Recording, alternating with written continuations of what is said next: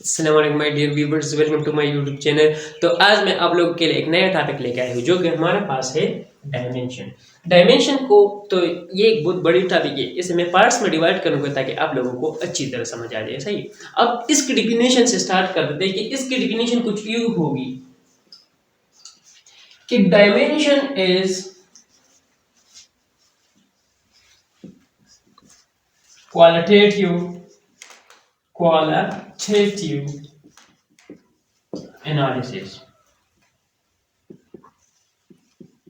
while unit is quantitative analysis।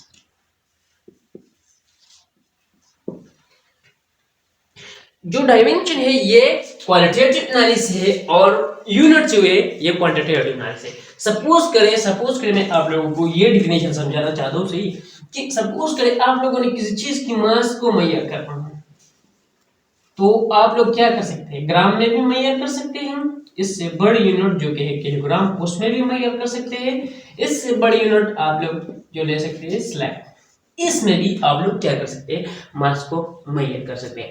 अब ये तो मास का हुआ, अब लेंथ ले लेते हैं। सही, length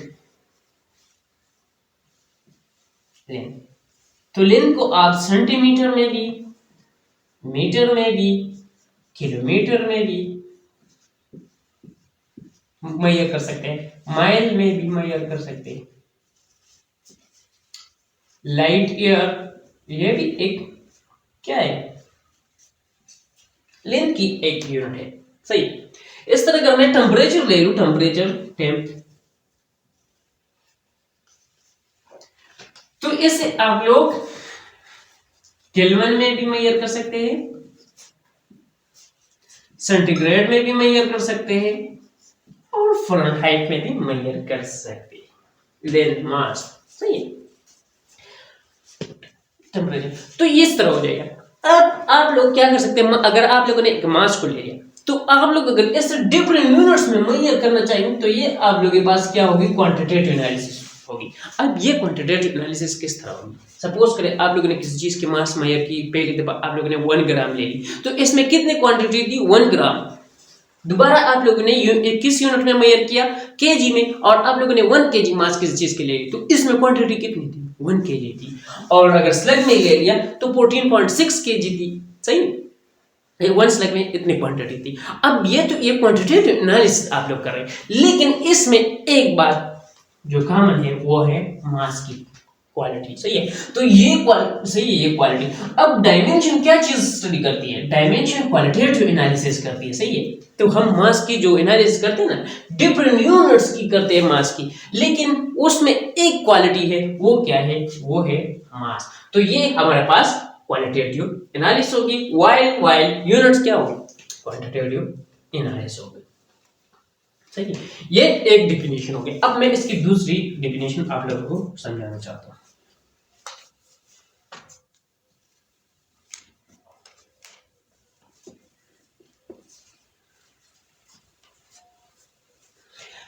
The negative or positive power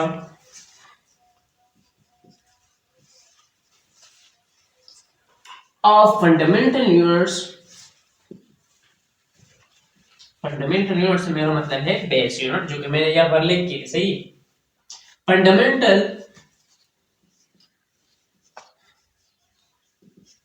units of first system से मेरा क्या मतलब है, एसआई सिस्टम। सही, the negative or positive power of fundamental units of a system must be raised, the negative must be raised to give unit of physical quantity, to give unit of physical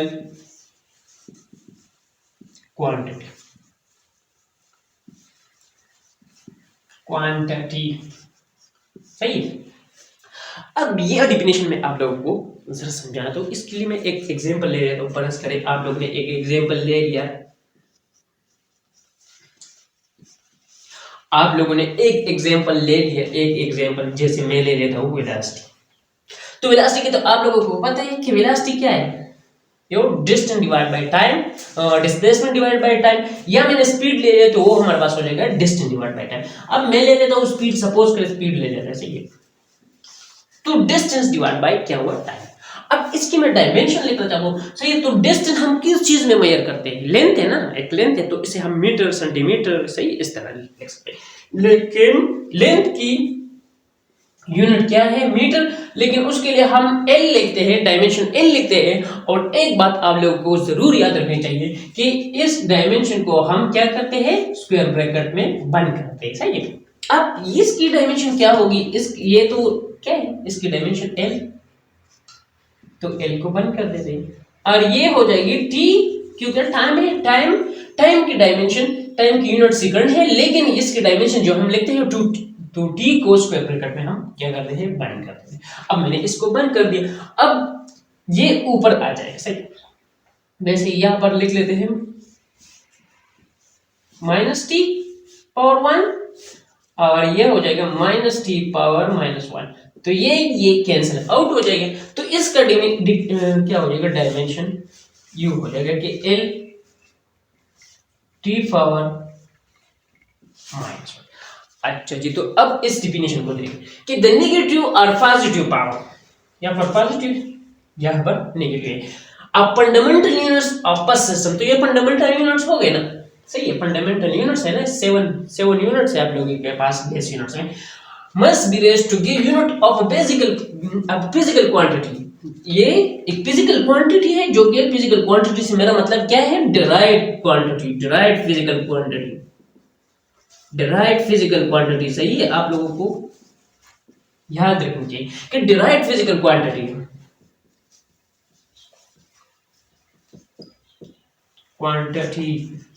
सही, derived physical quantity, सही। तो अब ये dimension नहीं है, ये length dimension नहीं है, या ये टी डायमेंशन नहीं है, एक्चुअली ये पावर नहीं है, मैंने जो लिखा नेगेटिव और पॉजिटिव पावर, ये हमारे पास डायमेंशन है, जो कि फंडामेंटल यूनिट्स के क्या होंगे, या तो नेगेटिव पावर होंगे या पॉजिटिव पावर होंगे। तो एक्चुअली हमारे पास डायमेंशन क्या है, ये वाला है, सही है। अब मैं अगर आप लोगों को एक और एग्जांपल करा देता हूँ, सही, सपोज कर देता हूँ मैं आप लोगों के लिए एक्सेलरेशन में देखकर, सही। तो आप लोगों को पता है कि एक्सेलरेशन किस चीज के बराबर है, आप लोगों को पता है कि वेलोसिटी बाय टाइम, सही है। अब वेलोसिटी किस चीज के बराबर है, तो 1/t यहाँ पर हो जाएगा, वेलोसिटी क्या है, s by t या डिस्प्लेसमेंट बाय t, तो ये मीटर पर सेकंड स्क्वायर हो जाएगा। अब एक्सेलरेशन का जो डायमेंशन हम लिखते हैं, तो मीटर का क्या डायमेंशन है, मैंने आप लोगों को पहले बता दिया कि हम लेंथ के लिए डायमेंशन l लिखते हैं, जो स्क्वायर ब्रैकेट में बंद कर देते हैं। अब मैं यहाँ पर l लिख लेता हूँ, और ये इस क्या है, ये सेकंड स्क्वायर है, तो इसका ये टाइम का क्या हुआ, टाइम का यूनिट हुआ। अब टाइम के लिए हम डायमेंशन क्या लिखते हैं, t, लेकिन ये डिवीजन में है, मैं डायरेक्टली ऊपर लिख लेता हूँ, तो ये -2 हो जाएगा, तो ये +1। तो अब आप लोग देखें कि अगर ये डायमेंशन थी, तो फिर तो वेलोसिटी और इसकी डायमेंशन सेम थी ना, सही। तो अब इसकी पावर डिफरेंट है, अब ये चीज नहीं ना, ये डायमेंशन है एक्चुअली, सही है। ये a पावर मैंने जो लिखा a is equal to the, ये प्लान अपना, सही है, l पावर +1 t पावर -2, तो एक्चुअली ये पावर डायमेंशन है, सही। ये क्या होगी, डायमेंशन की सेकंड डिफिनेशन हो गई आपके पास। अब आप लोगों को एक बात मैं और कंसेप्चुअली बता देता हूँ, सही, ये बहुत बड़ी कंसेप्चुअल बात है, सही, कि मैं आप लोगों की, तो सपोज करें आप लोग अगर ये यूनिट लिखना चाहते हैं, ये, तो आप लोग ये क्यों इस तरह लिखते हैं, a is equal to m power 0 l power 1 +1 t power -2। अब इसके साथ में ये m पावर 0 क्यों लिखता हूं, सही है। आप लोगों को ये बात याद रखनी चाहिए। तो ये बात आप लोगों को ये जरूर याद रखना चाहिए, अगर हमारे पास इस तरह है कि m पावर 0 l t और इन तीनों में आए, तो ये हमें क्या, कौन सी क्वांटिटी शो करती है। जैसे हम डायरेक्टली हम डायमेंशन को देखेंगे तो हमें पता चलेगा कि कौन सी क्वांटिटी है, ये मैकेनिकल क्वांटिटी है। क्या है, मैकेनिकल क्वांटिटी है। ये बात आप लोगों को जरूर याद रखनी चाहिए, सही है, कि ये मैकेनिकल क्वांटिटी। अब सपोज करें मैं लिख रहा हूं, सपोज करें t की पावर 1 ले लिया, 1 ले ले, सही ना, ये तो इसे टाइम है। तो टाइम किस चीज में आप लोगों ने ले ली, मैकेनिकल क्वांटिटी को आप स्टडी कर रहे, उस दौरान आपने टाइम की स्टडी की, तो डायमेंशन से आप लोगों को पता चल सकता है कि ये मैकेनिकल क्वांटिटी है या मैं यहाँ पर यह लिखता हूँ कि m power 0 l power 0 t power 0 और a पावर सपोज करें 1 ले।